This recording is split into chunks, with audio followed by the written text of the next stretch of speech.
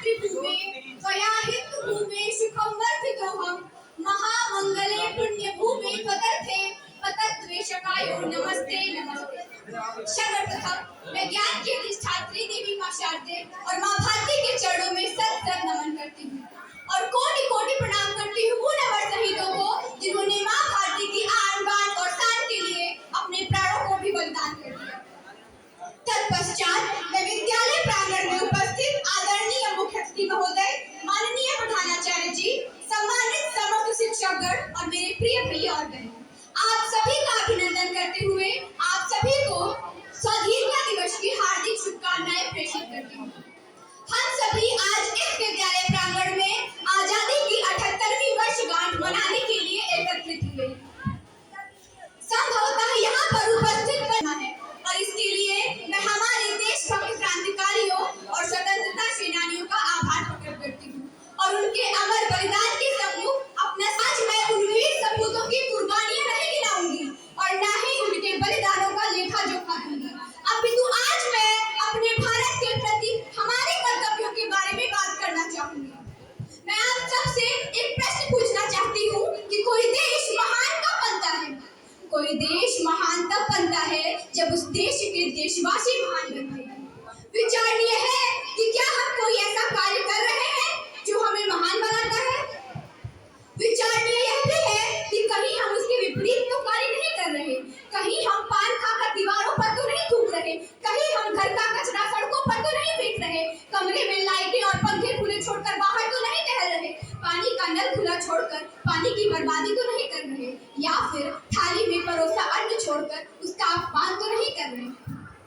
अफसोस, हम में से उपस्थित ज्यादातर लोग ऐसा कर रहे हैं और ऐसा करने का अर्थ है कि हम महान नहीं बन रहे, और यदि हम महान नहीं बने तो हमारा देश महान कैसे बनेगा?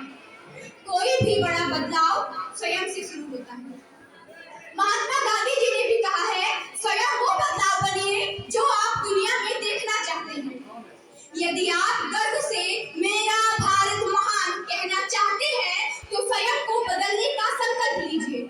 प्रण लीजिए कि आप स्वच्छता रखेंगे, प्रण लीजिए कि आप बिजली बचाएंगे, प्रण लीजिए कि आप पानी का संचय करेंगे और अन्न का अनादर नहीं करेंगे। यदि आप ऐसा करते हैं तो हमारा देश विश्व का सबसे महान देश बनने की ओर अग्रसरित होगा और तब हम गर्व से कह पाएंगे कि मेरा भारत महान। उत्तरम यत् समुद्रस्य हिमाद्रेश्च दक्षिणम वर्षं तद् भारतम नाम भारती तत्र संतति। हम सभी को आजादी की लड़ाई में अपना योगदान देने का सौभाग्य प्राप्त नहीं हुआ, परंतु आज आवश्यकता है अपनी शक्ति को पहचानने की। जिसको भी आध्यात्म में रुचि हो वह धर्म का प्रचार करे। शास्त्रों से परिपक्व व्यक्ति विवेकानंद की तरह हमारी भारतीय संस्कृति को विदेशों में परिचित करे। तकनीक जानने वाला युवा अब्दुल कलाम बने। IIT और NIT से पढ़ने वाला प्रत्येक छात्र नासा नहीं अपितु इसरो के लिए कार्य करे। हम क्रिकेट, हॉकी, फुटबॉल, कबड्डी खेले तो भारत के लिए खेले।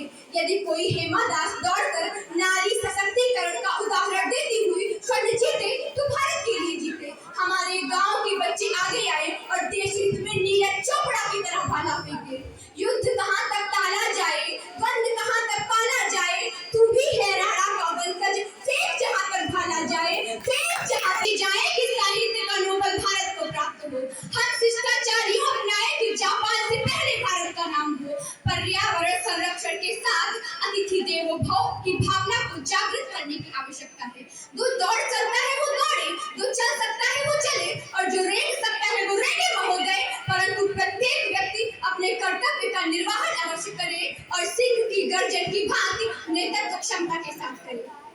अंत में युवाओं का आह्वान करते हुए दो पंक्तियों के साथ अपनी वाणी को विराम देती हूँ और आप सभी से आशीर्वाद की आकांक्षा चाहती हूँ कि उठो जवान, देश की वसुंधरा।